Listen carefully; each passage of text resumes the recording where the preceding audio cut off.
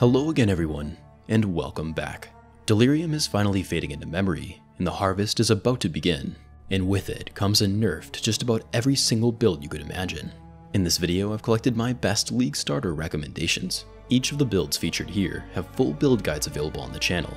These will be linked below, along with timestamps for everything discussed. The path of building link for each one has been fully updated, receiving all necessary changes, significant improvements, and updated skill trees. Links for each of these will also be down below, with all of the changes made being summarized in the notes section of the POB and description of the corresponding guide. Thank you to everyone who helped this channel reach 50,000 subs. I'm looking forward to making many more guides in Harvest. Now let's get started with my top recommendations. Beginning first with my recently covered Toxic Rain Trickster. This build is receiving very few major changes, but many skill tree and cluster jewel notables are receiving some sort of alteration. Most are maintaining a similar level of power. Certain examples like Corruption, Method to the Madness, and Eternal Suffering were changed quite a bit, causing us to lose access to a bit of chaos damage over time multiplier and quite a bit of skill effect duration. In response, I've made some alterations to the skill tree and put more investment into the cluster jewels. Alongside a potential change to our anointment, we can make up the majority of what we lost. The build still benefits dramatically from cluster jewels going core, and remains a much more powerful build than it ever was pre-Delirium. Toxic Rain Trickster has extremely flexible gearing, not requiring even a single unique item. Toxic Rain has a lot of inherent power, and will allow you to level quickly and comfortably push early maps with even the most cobbled together gear. The build is a true jack of all trades, capable of some impressive clear speed, potent boss killing capability, and some very solid defenses, fueled by high dodge, evade, mobility, and recovery. The build has no major downsides to speak of. It performed very well in Delirium, crushing some of the most difficult content the League had to offer. Harvest should be an absolute breeze in comparison, and I highly recommend this build. Up next, we've got Frostblade's Berserker. This build is seeing some reasonable changes with the arrival of Harvest, with many compelling notables being added to the skill tree. Among them is Tribal Fury, a node that used to be one of our best anointments, but is now easily accessible on the skill tree. This removes the need to run Ancestral Call during both the leveling and endgame, freeing up that gem slot to instead push more damage, and allowing us to anoint a more powerful node. The build will be seeing a reduction in critical strike multiplier, and the bonus to dual wielding physical damage is being removed. However, even before conversion, we mostly deal cold damage. Thus, the dual wielding nerf won't impact the build too heavily. We'll also be able to make use of the powerful new Warcries that are being added this league, with many of these holding some serious potential, so be sure to try them out. Overall, the build is losing some and gaining some, and should remain at a relatively similar amount of power. The build has very flexible gearing, only requiring 2 of the very accessible Fight for Survival jewels. The build offers some staggering clear speed and virtually unmatched map traversal, fueled by the variety of powerful Berserker ascendancies. You'll be leveling fast, clearing early maps quickly, and just blitzing through content in general. With the help of Berserk and some decent gear, you'll be putting bosses down faster than you might expect. The build has some reasonable defenses, with a decent life pool, some block, and a good amount of physical damage reduction. However, it won't be the tankiest build you've ever played, and relies heavily upon its power and overall speed to survive. It will also require some investment if you want to push very deep endgame content, but if you're looking to level fast, fly through maps, and make a ton of currency quickly, this build can help you do that. Up next, we've got the max block Cyclone Gladiator. Now, I know what you're thinking. This build just got nerfed quite a bit. Having access to deep cuts removed, Cyclone stun immunity is now gone, critical strike multiplier is being lowered slightly, Herald of Purity was altered significantly for the worse, and Circles of Regret are having their buff effect lowered. The build has lost a significant amount of DPS, and will now have to accumulate more gear before transitioning into unarmed facebreakers.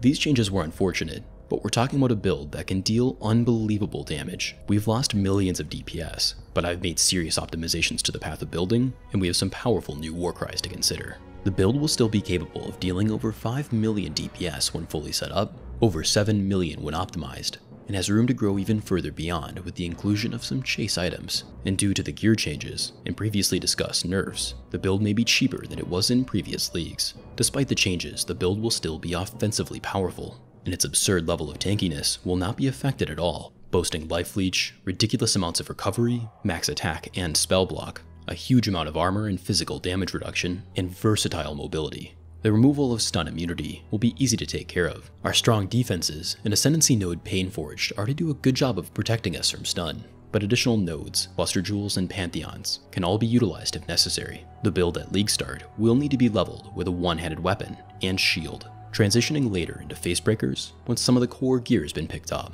The build will still level and map smoothly and boss exceptionally well. If you're looking for a very powerful all-arounder that dies extremely rarely, look no further. This build will still be strong. And that brings us to my last core recommendation, my Lacerate Gladiator. This will be the oldest build guide on the main list, and with the arrival of Harvest, we'll be seeing massive changes, both in-game and in the path of building. Of major note, the dual-wielding physical damage bonus and access to deep cuts is being removed. In response, I'm finally going to be removing Resolute Technique from the build, a change that has been a long time coming.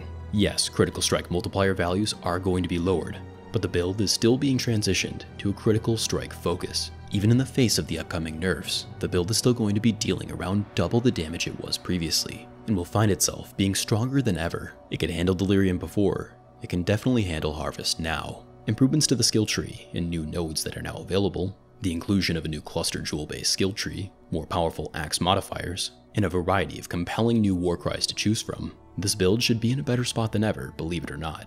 Gearing up this build is very flexible, and doesn't require any uniques directly, especially early on. Down the road, the build does run an expensive Soul Taker, but this is something that you can work towards, and is not immediately necessary. Lacerate Gladiator is a nice balance between raw offensive power and solid defensive capability. It has been proven league in and league out. If you're looking for a competitive all-arounder, with one of the most satisfying playstyles out there, here it is. Now before you go and enjoy Harvest League, here are a couple of quick, honorable mentions. Unlike my previous 4 recommendations, the following builds may not be fully updated by the time the video launches, though they will be shortly after, alongside every other build guide on my channel. Beginning with Stormburst Trickster. This build remains a strong all-around spellcaster, with good clear speed, potent boss killing, and some very good defensive capability. It doesn't require a single unique, and is very flexible to gear up. In past leagues, this has been a staple recommendation. However, intense leagues like Metamorph and Delirium proved to be too much for the channeling nature. Having to stand still to deal significant damage proved to be too much of a liability. But if there was a league where Stormburst could really excel, it might very well be Harvest in the slower pace that it will bring. Next on the list will be my Ray Zombie Necromancer. This build lost some significant power with the nerfs that Delirium brought, and the insanity of Delirium's content, and the constant on-death effects made it tough for our zombies to survive. The build still boasts a very strong defensive playstyle, and some good offensive output. Once again, the slower pace that we'll be seeing in Harvest may provide an ideal opportunity for a zombie necromancer to thrive. That brings us to our final build worth some consideration, my Ice Shot Deadeye. I hesitate a bit to recommend this as a league starter. The gear can prove to be somewhat expensive, and while the build will almost always have very good clear speed, the boss damage is another story, and requires some decent investment before you'll be putting bosses down quickly. If you're willing to start at a bit of a slower pace, and invest both time and currency to make this build happen, it can do some very good work. And with that, I've covered every build that I want to discuss here. If you end up using one of these for your Harvest League starter, I hope it serves you incredibly well. A huge thank you goes to each of my patrons for their continued support of the channel. Producing this content really wouldn't be possible without them. Special recognition goes to the following. Thank you Agent Leo, Andrew Miller, Austin Meredith, Beanie, Bloody, Bryce Gaston, Christopher Cravey, Chris IRL, Christopher Murdoch, Daniel Wigg, Darren Clark, Davor Makavak, Duke Nguyen, Gareth Thomas, Greg Wells, Hunter Wild, Jacob Davey, John Snyder, Kevin Griffin, Kevin Langevin, Kurt Wood, Lukash Galik, Michael Johnson, Mick Woodney, Modimus Prime, Nathaniel Lee Welch, Rasmus Blackpelsko, Ray Hill, Rene Gosser, Richard Bollinger, Sabaton Babylon, Sinister Data, Stefan RCH, Truzado, Varos Vitele, Xi, and Zolaris. An extra thank you this time to both Darren Clark and Modimus Prime for your generosity these past few months. And a final thank you to Modimus again and Greg Wells for your thumbnail and testing help. If you made it this far, thank you for sticking around. The support is always appreciated. If you'd like to receive a credit or join our Discord for Path of Exile and channel discussion, consider checking out the Patreon link in the description below. Best of luck to everyone in Harvest, and as always, I've been Esoro, and I will see you guys in the next video.